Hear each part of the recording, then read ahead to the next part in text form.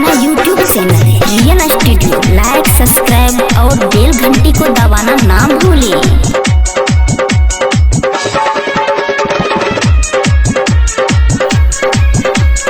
सुनिए है पतर की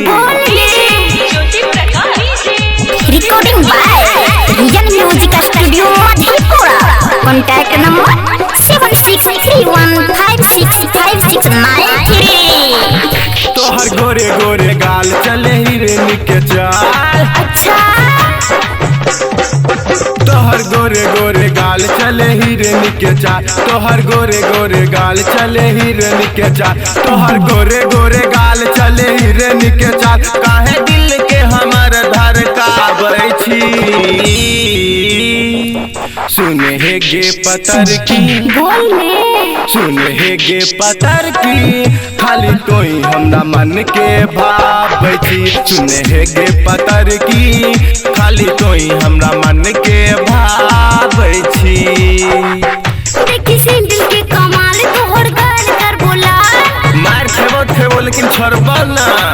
देखी सिंदूर के कमाल तोहर गाल कर बोलाल। देखी सिंदूर के कमाल तोहर गाल कर बोलाल। देखी सिंदूर के कमाल तोहर गाल कर बोलाल। तोरा जिसे लपुआ के लतिया बैठे तब जो पानी में जाएगी तो केकरा लग रहबी जो पानी में जाएगी तू तनियों मन के भाव छे। डूब जो पानी में जाएगी तू तनियों मन के भाव छे। सुने है गे पतर की खाली तोई हमरा मन के भाव छी।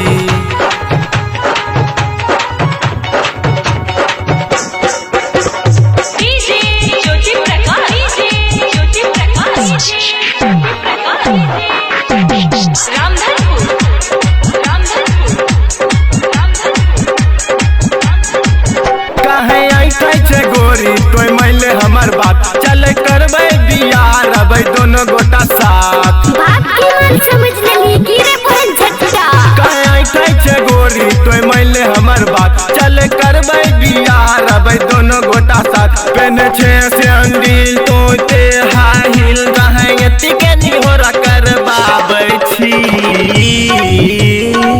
सुने है गे पतर की मार के बिकी रे सुने है गे पतर की खाली तोई हमरा मन के भाव छी। सुने है गे पतर की खाली तोई हमरा मन के भाव छी। तू जो पानी में जाएगी तनियों तू मन के भाव छे। मरबो लेकिन छोड़बो ना।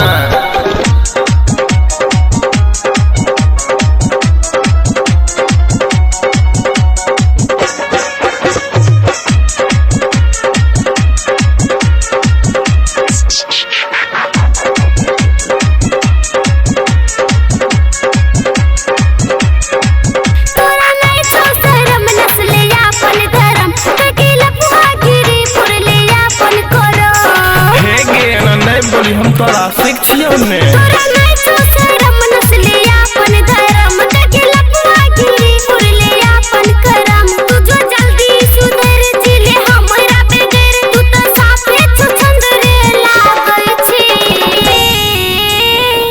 डूब जो पानी में जाएगी मन जोन गे डूब जो पानी में जाएगी तू तनियों मन के भाव छे।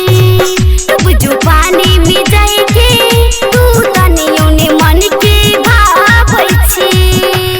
गोरे गोरे गाल चले हिरनी के चाल। नहीं सुधर भी की रे तोहर गोरे गोरे गाल चले हिरनी के चाल। तोहर गोरे गोरे गाल चले हिरनी के चाल। तोहर गोरे गोरे गाल चले हिरनी के चाल। काहे दिल के हमर धर का बैठी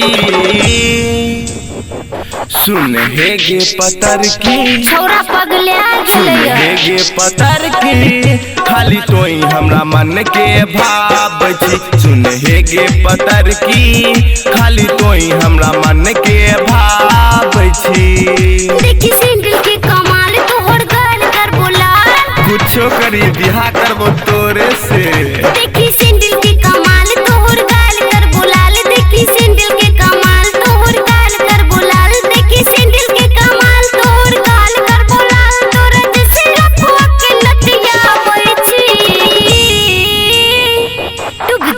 पानी में जाके अभियो मांझो ने जो पानी में जाके तू तनियो ने मन के भाव छी जो पानी में जाके तू तनियो ने मन के भाव छी।